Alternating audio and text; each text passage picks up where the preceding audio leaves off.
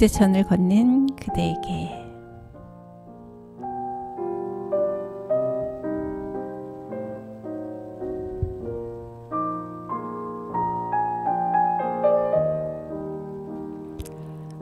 안녕하세요. 홍제천을 걷는 그대에게 류미정입니다.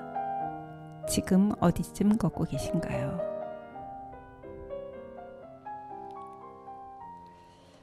지난 시간에 제가 수분 누가 만들었나 윌리엄 잭스퍼슨 글을 윤소영 작가가 옮긴 그 책을 읽어드렸는데요. 수분 3단계로 성장을 한다고 했잖아요. 첫째는 개척자 식물이 뿌리 내리는 시기. 농부 가족이 떠나가고 5년이 지난 어느 여름날 어린 나무 한 그루가 모습을 드러냈습니다.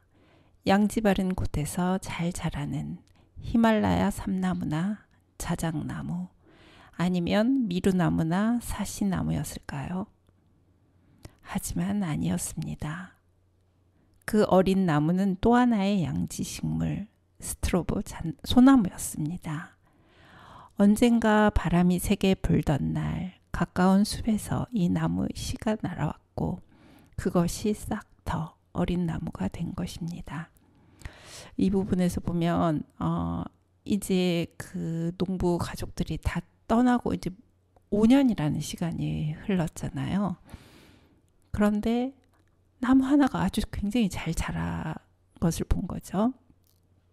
이게 무슨 나무지? 히말라야 삼나무인가? 아닌가? 자작나무인가? 아니면 미루나무?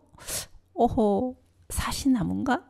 그런데 그 어느 것도 아닌 또 하나의 양지식물 스트로보 소나무였습니다. 이 스트로보 소나무는 홍제천에 어디에 있는지 여러분 아세요? 유진상가 거기 지나서 홍제교 지나서 조금만 위로 올라가면 그 유연이라는 곳이 있잖아요. 유연 바로 나와서 우측에 보면은 쭉 스트로보 소나무가 보입니다. 스트로보 소나무? 저는 스트로보 잣나무라고 알고 있는데 이런 분도 계실 거예요. 그런데 스트로보 잣나무나 스트로보 소나무 같은 이름입니다. 이 소나무 속에 상록이죠. 늘 푸른 바늘잎 나무죠. 침엽수라고 합니다.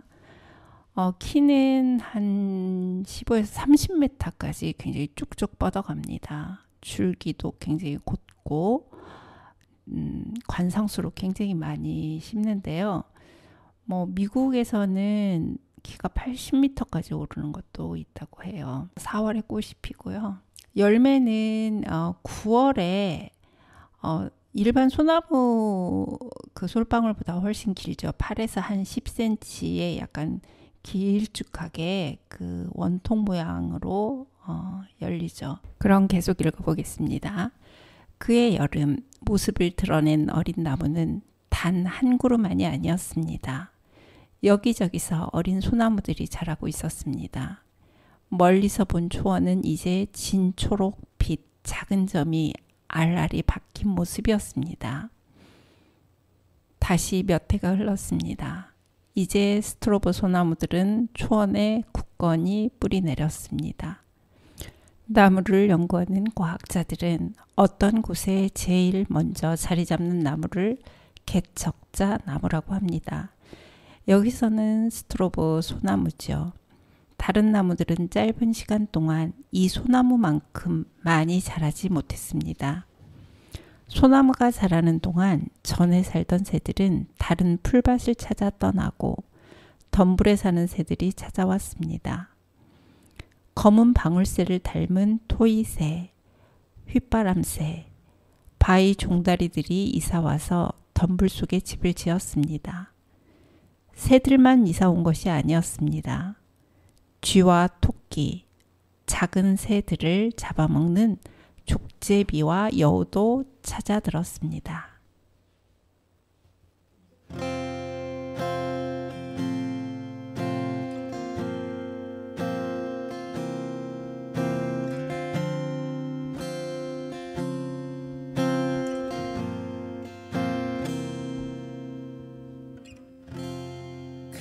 아직도 난 여기 노을진 산마루 덕엔 아직도 그대 향기가 남아서 이렇게 서 있어. 나를 두고 가면 얼마나 멀리 가려고 그렇게 가고 싶어서 나를 졸랐나. 그대여 나의 어린애. 그대는 휘바람 위 불며 떠나가 버렸네. 그대여 나의 장미여.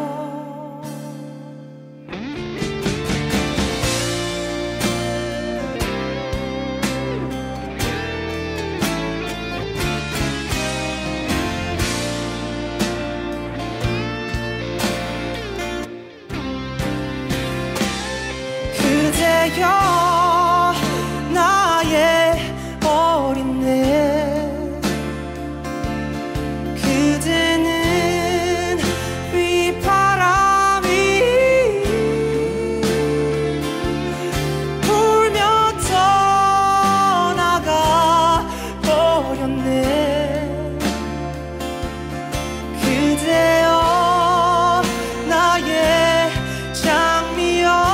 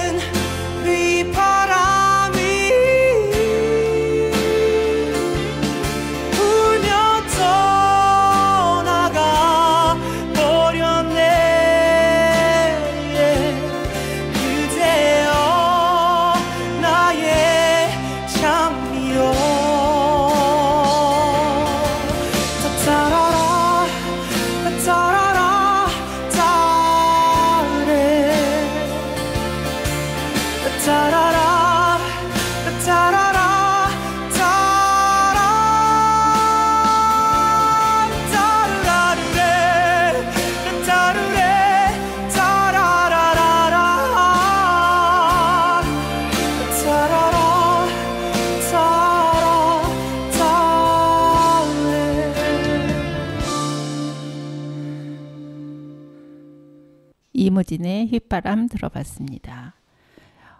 오늘은 여기까지 읽고요. 다음 시간에 이제 그 어린 소나무가 20년이 된 이야기로 시작하겠습니다.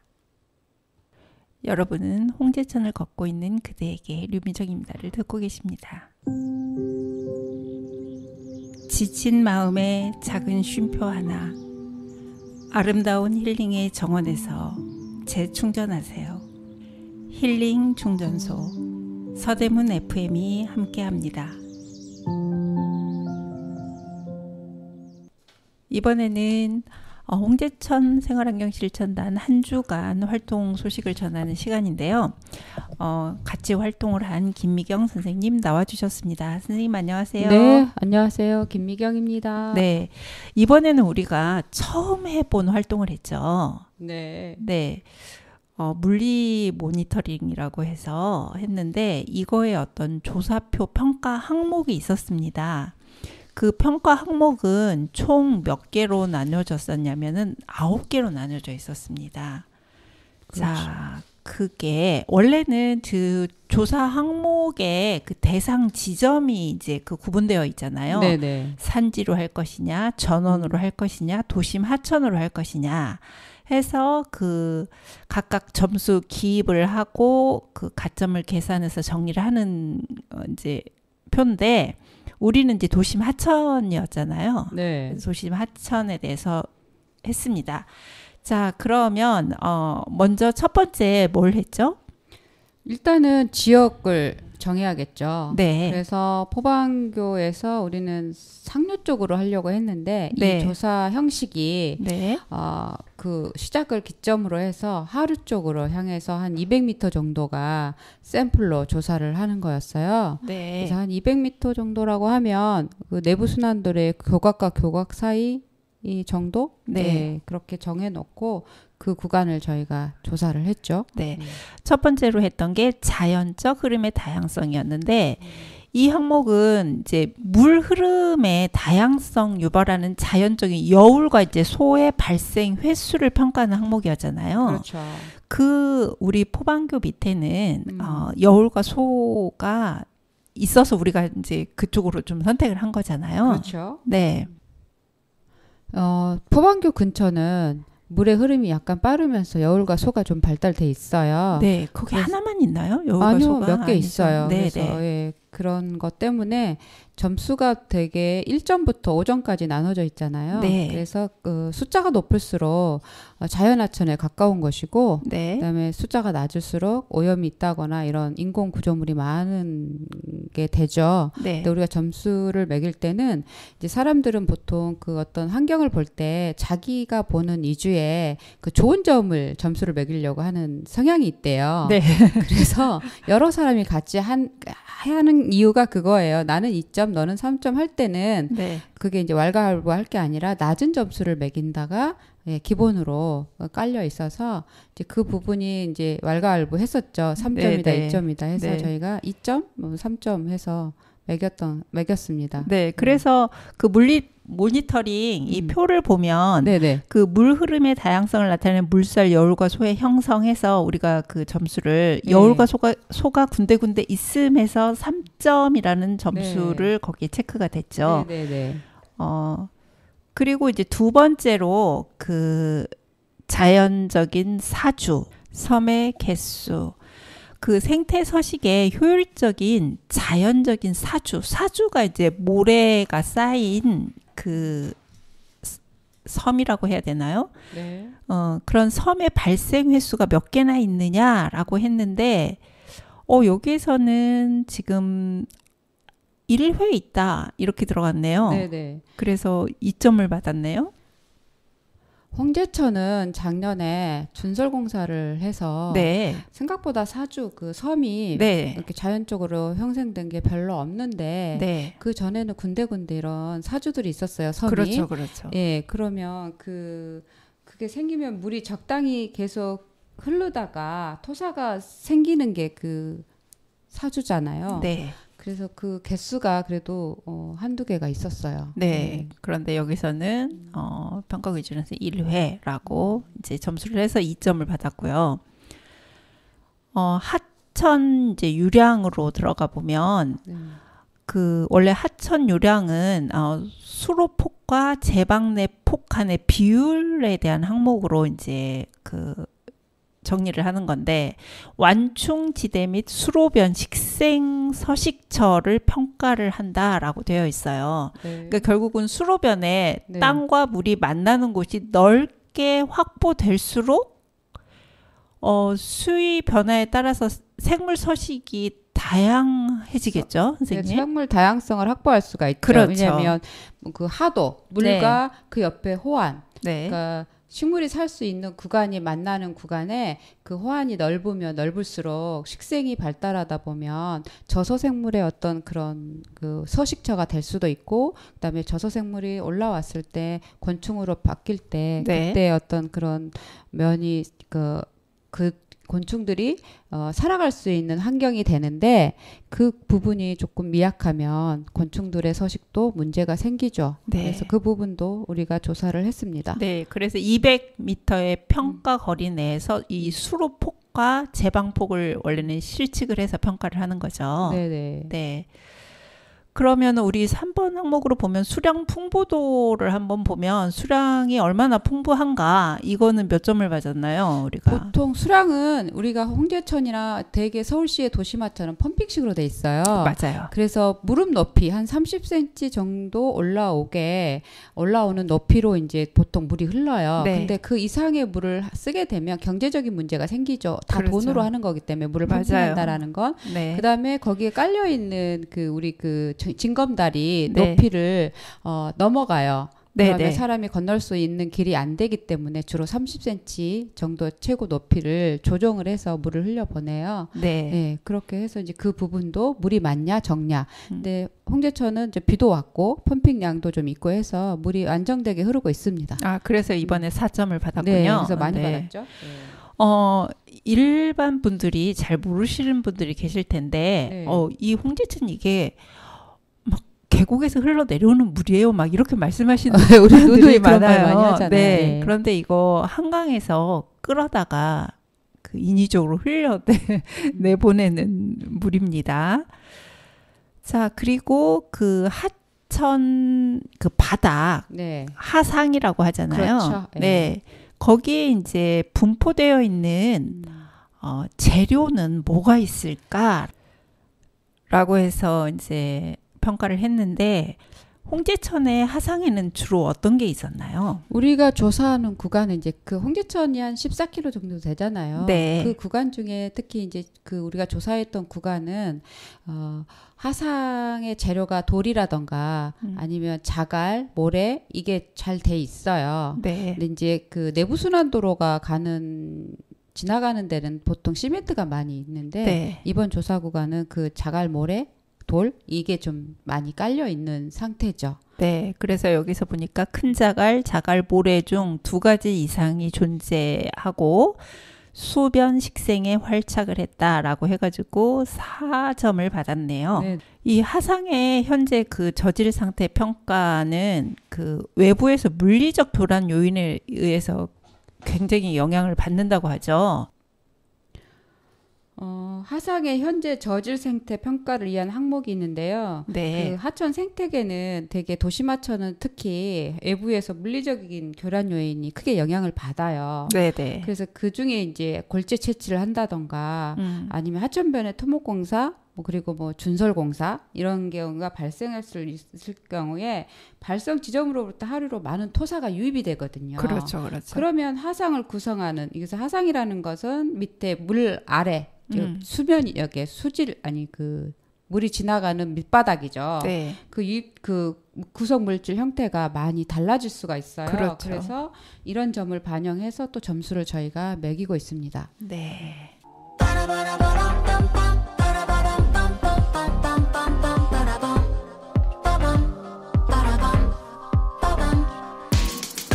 말했잖아 언젠가 이런 날이 온다면 난 널 혼자 내버려 두지 않을 거라고 죄다 낭떠러져 봐 예상했던 것보다 더 아플지도 모르지만 내 손을 잡으면 하늘을 나는 정도 그 이상도 느낄 수 있을 거야 눈 딱 감고 나가 믿던 내 눈 딱 감고 나가 눈 딱 감고 나가 믿던 내 눈 딱 감고 나가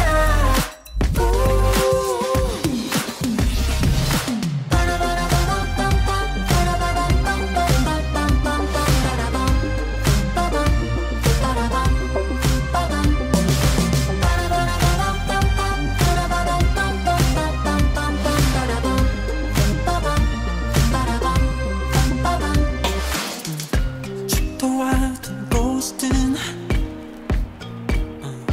뜨거운 불구덩이든 말했잖아 언젠가 그런 날에 난 널 떠나지 않겠다고 죄다 떨어져 봐 예상했던 것보다 더 아플지도 모르지만 내 눈을 본다면 밤하늘의 별이 되는 기분을 느낄 수 있을 거야 타면 뛰어나가 하나 둘 셋 손 딱 잡고 나가 셋 타면 뛰어나가 하나 둘 셋 손 딱 잡고 나가 좋아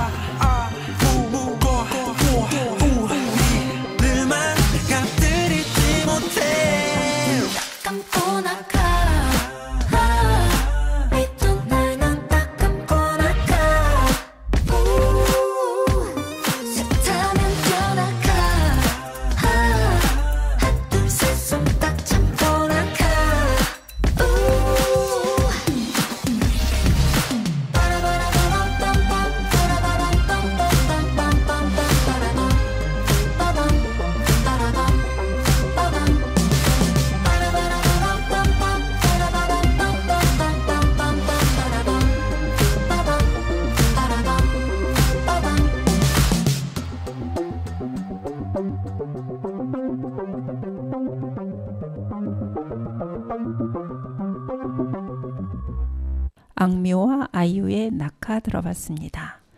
자, 이번에는 횡단 구조물에 대한 평가를 했었는데요. 네. 횡단 구조물의 평가라는 게 뭐죠?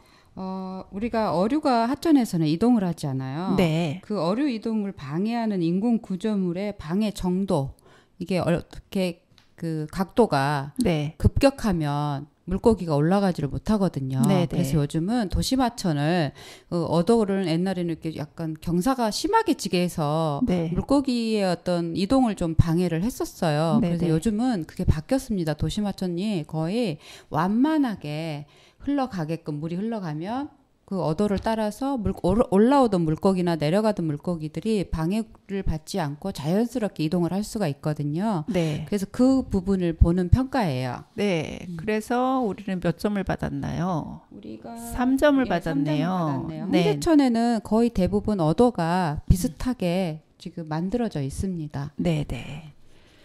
자, 그리고 다음 항목으로는 하도 정비 그리고 하도 특성의 자연성 정도죠. 하도의 네. 자연성이라는 거는 이게 자연적으로 되어 있을 때 생태적인 건강성이 아무래도 양호하겠죠. 네. 인위적으로 정비되어 있는 것보다. 네. 그래서 이 저수로나 뭐 이런 것들 인공적으로 직강 바로 이렇게 탁 떨어뜨리게 되면은 굉장히 이제 불리하니까 그 정도는 어땠나라는 거를 평가하는 거였잖아요. 네네. 그래서 우리는 어땠나요?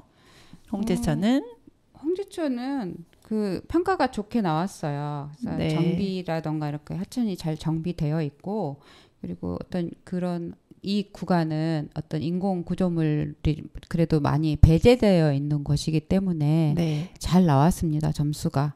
그래서 그런 경우에는 이제 인공 구조물이 많이 없을 경우에 호환이 있어서 곤충들의 서식이라든가 생물 다양성에 있어서 조금 좋은 면을 볼 수가 있기 때문에 점수가 좀 높게 나온 것 같습니다. 네.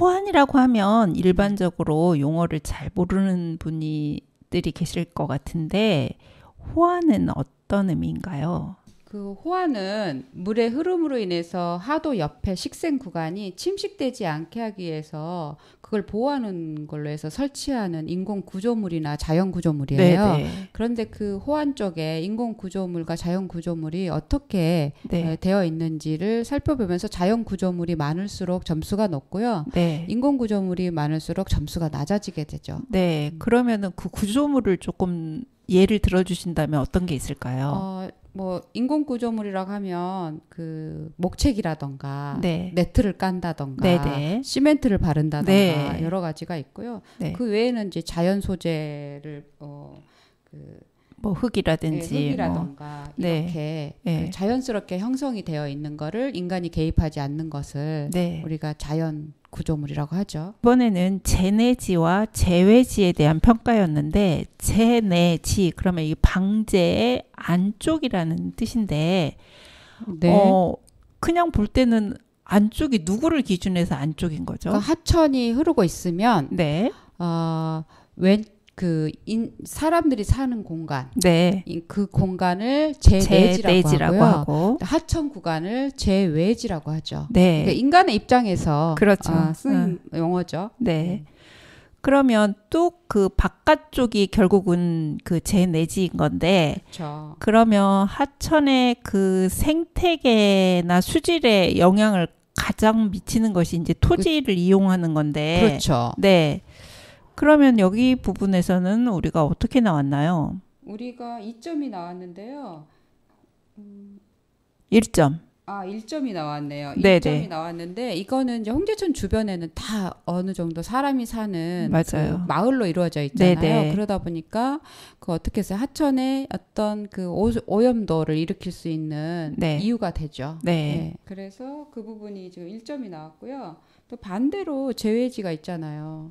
재외지가 있으면 네. 그럼 하천에 안에 그 고수부지 그러니까 둔치라고 하죠. 네네. 그쪽에 인간의 활동에 의해서 얼마만큼 훼손이 되었는지 그 재외지에 대해서 평가를 해요. 네. 근데 이제 거기는 이제 운동 시설이 사람들이 살고 산책로가 조성되어 있다 보니까 포장이 너무 잘 돼 있고요. 맞아요. 그리고 또 운동 시설이 설치가 많이 되어 있어서 어떻게 보면 그 부분이 좀 그 하천의 그 자연적인 현상에 조금 미흡하다고 할까요? 네, 우리는 운동시설을 막 해달라고 요구를 하는데 실은 이 시설을 철거하는 것이 바람직한 거죠. 그렇죠. 요즘에 그 하천의 어떤 그 사람들의 인식이 변해서 전에는 그 막 초록색으로 된 거, 빨강색으로 된 그 뭐라 그러죠? 타이어 그 가루로 만들어 있는 네네. 우레탄을 많이 우레탄, 깔잖아요.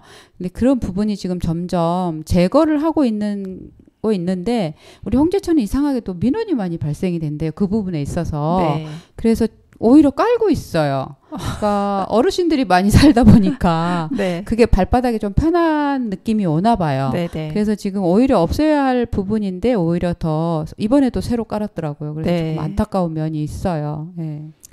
이제 조금씩 우리가 홍보나 교육을 통해서 이런 것들이 어떻게 하천에 좋지 않은 영향을 미치는지 더 노력을 해야 될 것 같네요.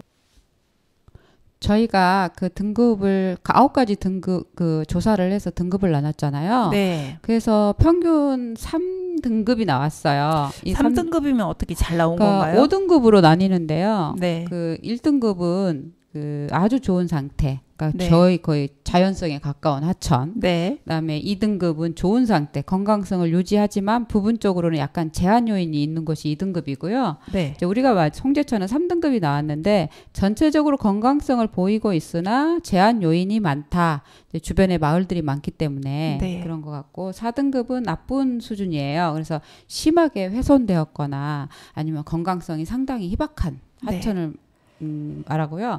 이제 5등급은 아주 점수가 나쁜 쪽으로 해서 나쁜 단계예요. 그래서 인위적인 지나친 훼손으로 인해서 건강성이 거의 보이지 않는 하천. 네. 너무나 인위적인 그렇죠. 네, 그런 하천을 말하는 거죠. 그래도 홍제천이 3점을 받았다는 거는 네.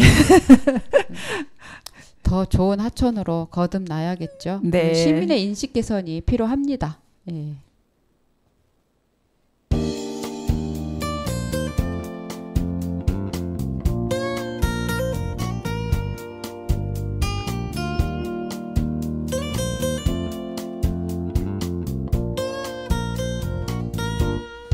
사랑한단 말로는 사랑할 순 없군요.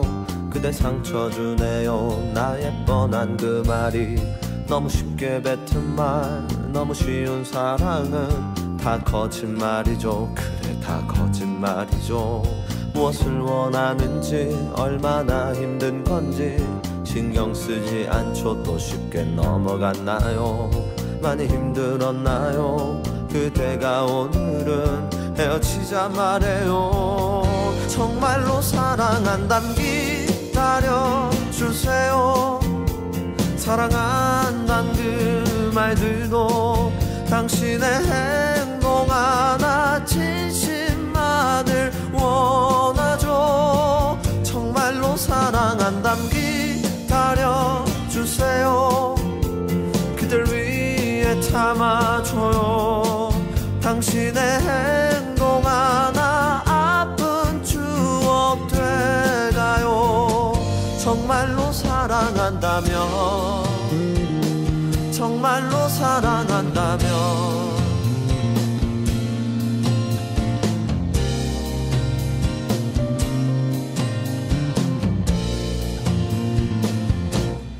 사랑한단 말로는 사랑할 순 없군요. 그대 기억하나요? 나의 뻔한 그 말이 그대 웃게 했던 밤. 너무 깊은 그 밤은 다 지나가네요. 모두 다 지나갔군요. 무엇을 말했는지 얼마나 원했는지 기억하지 않죠. 그대만 지쳐가나요? 많이 힘들었나요? 그대가 오늘은 헤어지자 말해요. 정말로 사랑한담 기다려주세요. 사랑한단 그 말들도 당신의 행동 하나 진심만을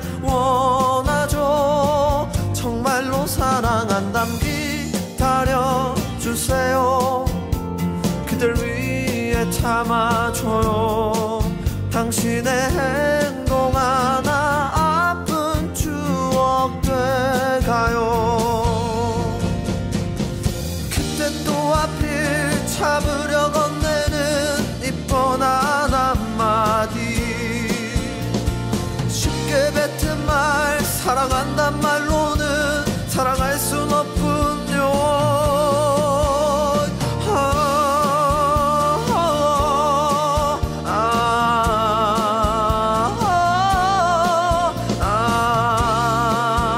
이제 사랑할 순 없군요. 사랑한다 기다려주세요. 사랑한단 그 말들도 당신의 행동 하나 진심만을 원하죠. 정말로 사랑한단 기다려주세요. 그댈 위해 참아줘요. 당신의 행동 하나 아픈 추억 돼가요. 정말로 사랑한다면.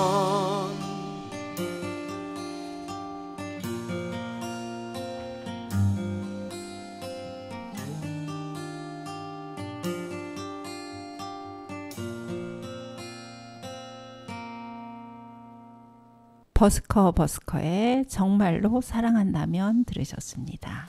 이번 주에는 물리 모니터링에서 자연적 흐름의 다양성, 또 하천 유량, 저질 상태, 어류 이동을 방해하는 인공 구조물인 횡 구조물, 하도의 자연성이 어떠한가, 저수로의 호환공, 제방 호환의 재료는 어떠한가, 그리고 뚝 바깥쪽 토지 이용, 재내지, 재외지, 안쪽 토지 이용, 이런 거에 대한 모니터링을 실시한 결과 홍제천은 평균 3점을 맞았다는 소식을 전해드립니다. 여러분은 지금 홍제천을 걷는 그대에게 류미정입니다를 듣고 계십니다. 지친 마음에 작은 쉼표 하나, 아름다운 힐링의 정원에서 재충전하세요. 힐링 충전소 서대문 FM이 함께합니다. 이번에는 홍제천의 식물 이야기 들려주실 김미경 선생님, 오늘은 어떤 식물을 가지고 오셨나요? 네, 우리 그 시중에 자세히 보아야 이쁘다 이런 시가 있죠. 네. 이 꽃을 보면 앙증맞다라는 그 단어가 생각이 나요. 네. 그리고 꼭 겸손해져야만이 볼 수 있는 꽃입니다. 그래서 여러분들이 듣기에도 굉장히 생소한 꽃인데요. 네. 쥐꼬리 망초에 대해서 알아보겠습니다. 쥐꼬리 망초요. 네. 네. 몇 년 전이던가요? 그 선생님이 네. 깜짝 놀래가지고 선생님 이거 무슨 꽃이에요? 그러고서 네. 저한테 물어보셨던 적이 있어요. 네. 들여다보면 그 너무 예뻐서 놀라는 꽃이에요. 그리고 두 번째는 너무 작아서 두 번 놀라는 꽃이죠. 네네. 네. 그래서 그 우리 식물 이름에는 쥐가 들어가거나 이런 네. 동물 이름이 들어가는 꽃들이 좀 있는데요. 네. 갑자기 생각나는 게 쥐가 들어가는 게 뭐가 있나 했더니 쥐꼬리 망초, 그다음에 쥐 오줌풀이라고 있어요. 그리고 홍제천에 살고 있는 지소니풀도 있고요. 네네. 네, 지방울 덩굴? 쥐방의 동굴. 네, 그렇게 생각이 납니다. 네, 그래서 되게 그런 것들은 좀 작다라는 뜻이기도 하고요. 네.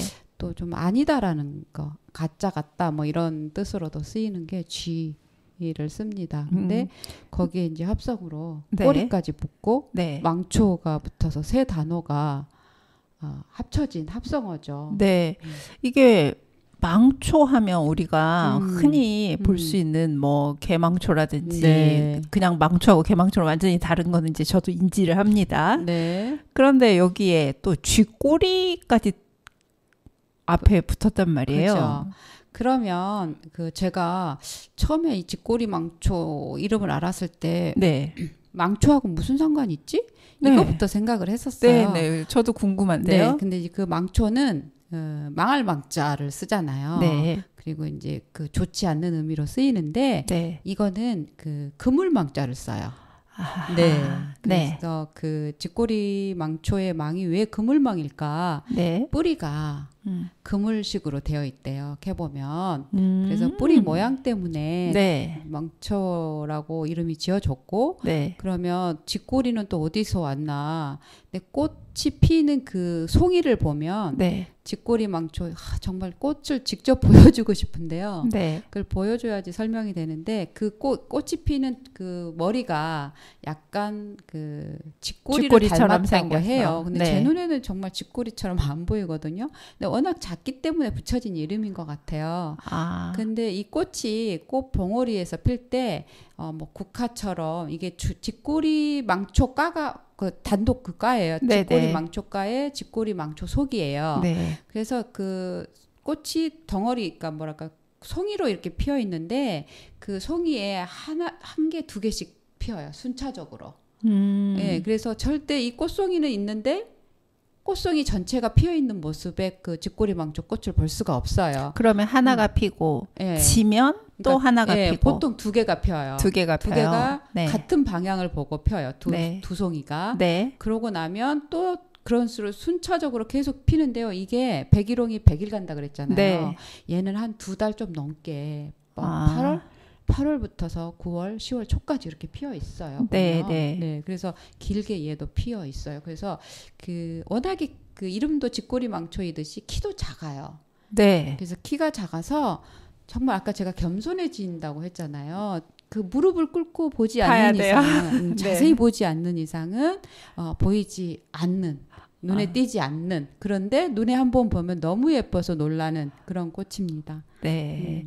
그런데 제가 사실 홍제천에서 쥐꼬리 망초를 저번에 이제 그 모니터링 할 때 네. 봤는데 저는 좀 쥐꼬리처럼 보이던데요. 네, 그 선생님? 보는 사람마다 다른데 네, 그게 선생님은 좀 뭐랄까 긴- 약간 까실까실하게 네. 이렇게 되어 있는 게 네.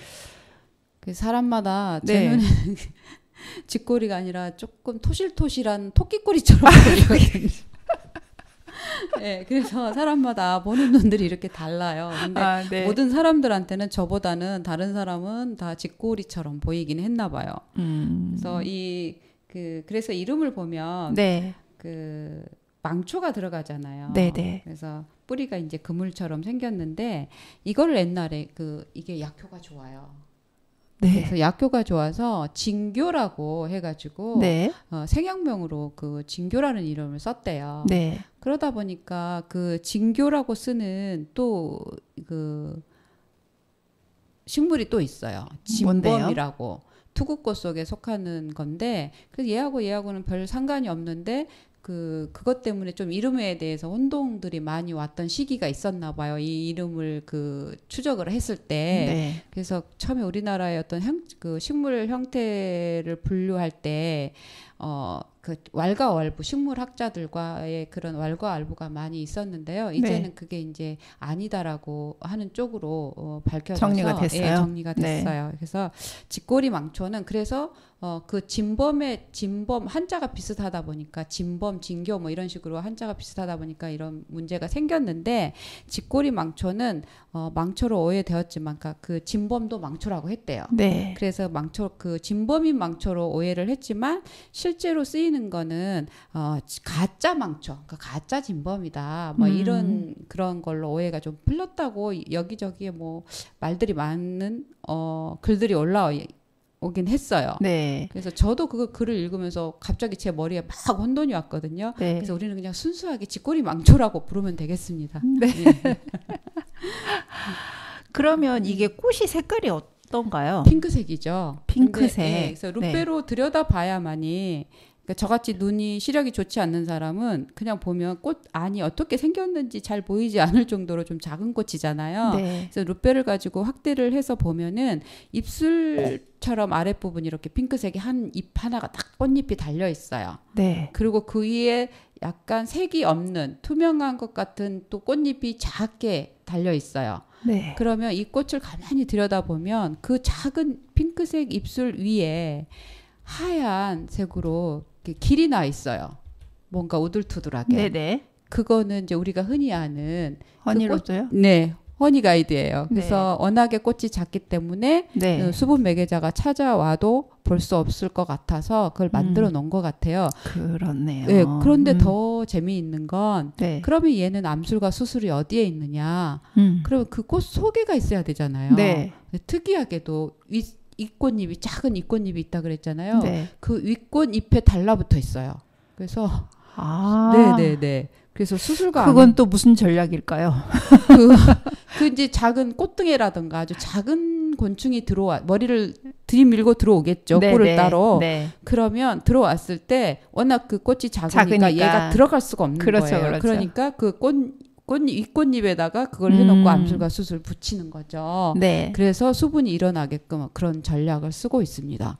그래서 아주 작지만 영리한 꽃이죠. 쥐꼬리망초에 꽃말이 조금 궁금해지는데요.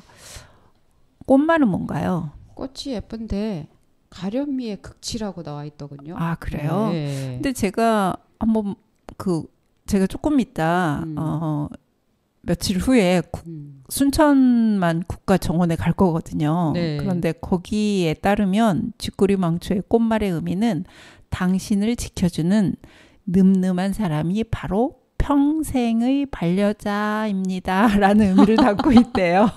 왜 그랬을까요? 그렇게 작은 꽃이지만 그런 역할을 또 할 수 있나 봅니다. 음악 한 곡 듣겠습니다.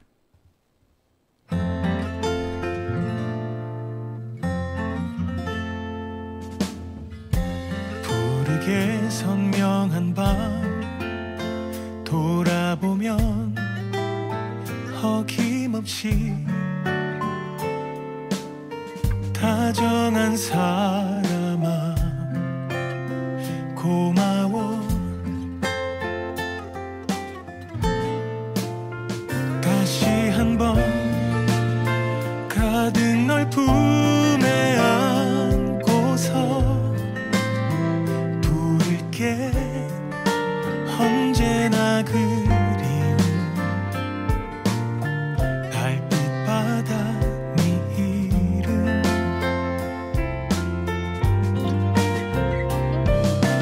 너와 걷고 싶다 끝없이 길고 긴 밤을 고요한 별을 보며 함께해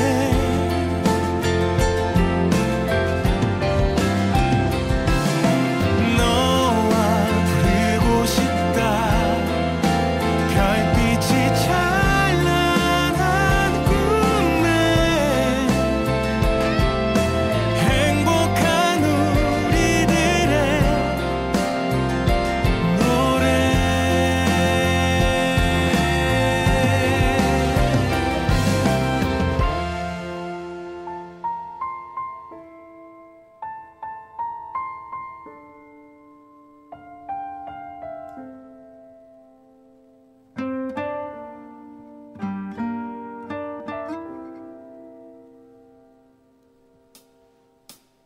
쉴 곳 없이 모질게 달려왔지만 맘속에 언제나 다정한 가을 하늘 네 얼굴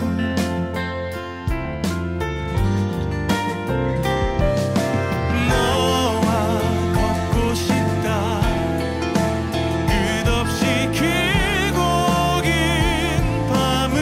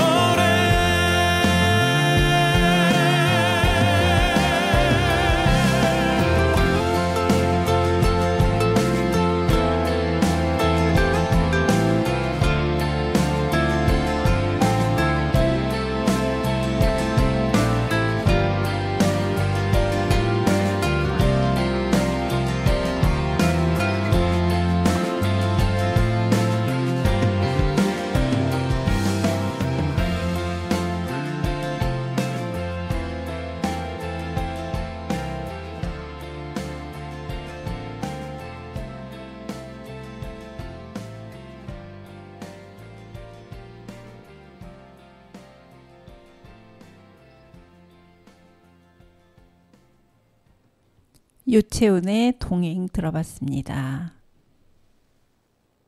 우리나라에서는 쥐꼬리망초라고 부르는데 네. 뭐 중국이나 일본 다른 나라에서는 이걸 뭐라고 부르나요? 중국에서는 네. 참새 작자를 써서 네. 작상이라고 불렀어요. 그리고 아. 우리가 한자로 쓸 때 얘를 또 그 전체 모습을 보고 네. 작상이라고 하기도 합니다. 아, 그렇군요. 예, 그래서 왜 참새 작자를 썼을까? 네. 근데 참새가 그 자라는 뜻이라요. 그게 네. 거친 곳에서 털을 잡고 자라는 참새도 마찬가지잖아요. 네네. 좋은 서식처에서는 사는 게 아니잖아요. 네. 그래서 얘도 그렇게 참새처럼 좋지 않는 그런 환경이 좋지 않는 예, 역경을 이겨내고 작지만 네, 그래서 참새도 작잖아요. 예, 얘가 건조하거나 이런 데서는 잘 못 자라요. 약간 습한 지역, 곳에. 예, 약간 네. 습기가 있는 지역에서 잘 자라고요. 그래서 또 영어로 이름으로는 워터 윌로우라고 해요. 네. 그러니까 윌로우가 그 우리가 버드나무에 쓰는 말이죠. 네네. 그래서 얘도 물가에 군집해서 이거 얘들이 워낙 작기 때문에 네. 단독 생활을 못 해요. 네네. 그래서 모여 살아서 그러기도 하고 그다음에 또 홀수이드라고도 하더라고요. 네. 이제 말이 지나다니는 길에 네. 핀다 뭐 이런 뜻인가 봐요. 그래서 그런 뜻을 갖고 있고 또 일본도 재미있어요. 일본은 네. 제가 일어를 잘 못하는데 여우를 닮았다고 여우 네. 꼬리를 닮았다고 쥐꼬리가 아니라 거기는 네, 여우로 여우꼬리군요. 봤나 봐요. 그래서 네. 여우를 일본 말로는 키츠네라고 하나 봐요. 네. 그리고 여우 손자다 해가지고 키츠네 노 마고라고 해요. 그 노는 이제 멋머스. 네네. 그래서 그런 이름을 갖고 있더라고요. 그리고 이제 또 가까운 우리 북한에서는 네. 무릎 길이 정도의 커봐야 고까지 온다 해서 무릎꼬리 풀이라고도 해요. 무릎꼬리 풀. 네네. 네. 그 옛날에 조선시대 때도 무릎꼬리 풀이라고 이명으로 불려왔다고 해요. 그래서 네. 예.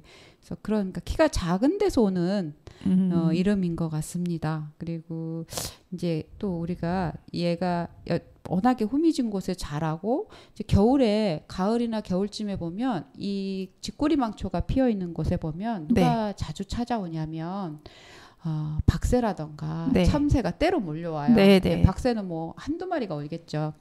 근데 참새는 그 위에 나무에 있다가 이 쥐꼬리망초 씨앗을 먹기 위해서 날라와요. 근데 이 씨앗이 쥐꼬리망초가 지고 나면 그 속 안에 삭과예요. 그래서 참깨만한 씨들이 한 4개 정도 들어있는데요. 네. 그게 참새 먹이로는 되게 좋은가 봐요. 겨울에 워낙 먹을 게 없잖아요.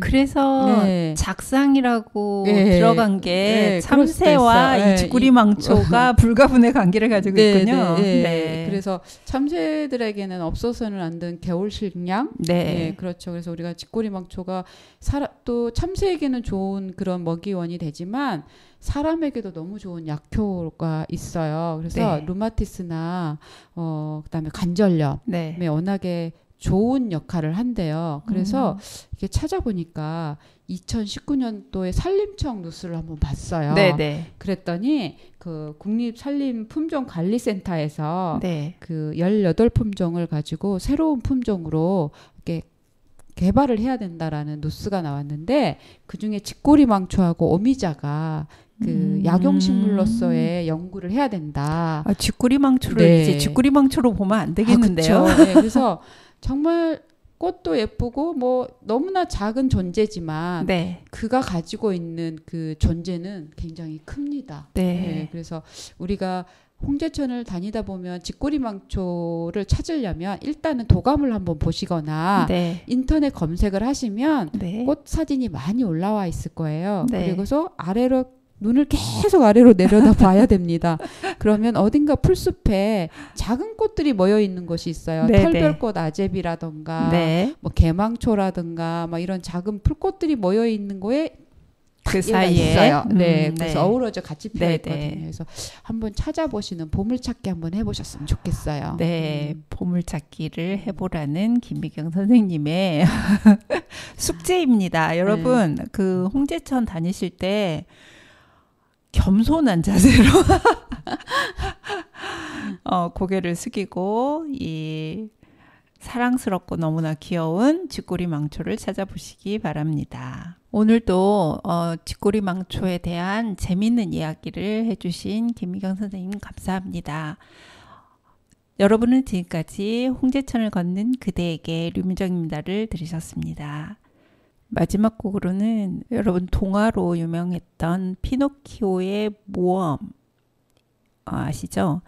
이 애니메이션에서 나왔던 노래인데요. 사실 피노키오는 그 이탈리아 방언이라고 합니다. 그 뜻이 잣송이라고 하는데요. 여기서 나왔던 다니엘 비달의 뿌띠 뿌띠 뿌띠 했던 피노키오, 그리고 제2의 피노키오를 이어서 듣겠습니다.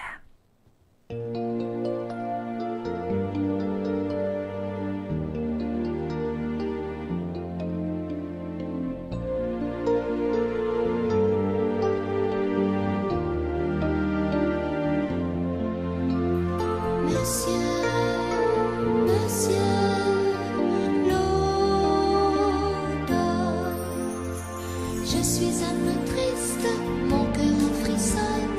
Dites-moi, monsieur l'auteur. Je suis un peu triste, c'est pourquoi j'insiste. Dites-moi, monsieur l'automne. Sous les feuilles vagabondes, un petit Pinocchio. Désarticulé. Un pied tout en haut. Et la tête recollée. Un petit Pinocchio. Désarticulé. Un pied tout en haut. Et la tête recollée. Mais c'est fantastique. Et dites-moi, puisque vous êtes monsieur l'auteur, tout cela m'étonne. Je voudrais vous suivre parmi vos feuilles de cuivre. J'aimerais tellement vivre comme un petit Pinocchio. Désarticulé. Un pied tout en haut. Et la tête recollée. Un petit Pinocchio. Désarticulé. Un pied tout en haut. Et la tête recollée. Et monsieur l'automne soudain déboutonne son gilet de velours gris. Il me dit regarde et surtout prends garde, c'est fragile et si petit. Tiens, il s'enfuit. Oh petit Pinocchio. Désarticulé. Un pied tout en haut. Et la tête recollée. Oh petit Pinocchio. Désarticulé. Un pied tout en haut. Et la tête recollée. Oh petit Pinocchio. Désarticulé. Un pied tout en haut.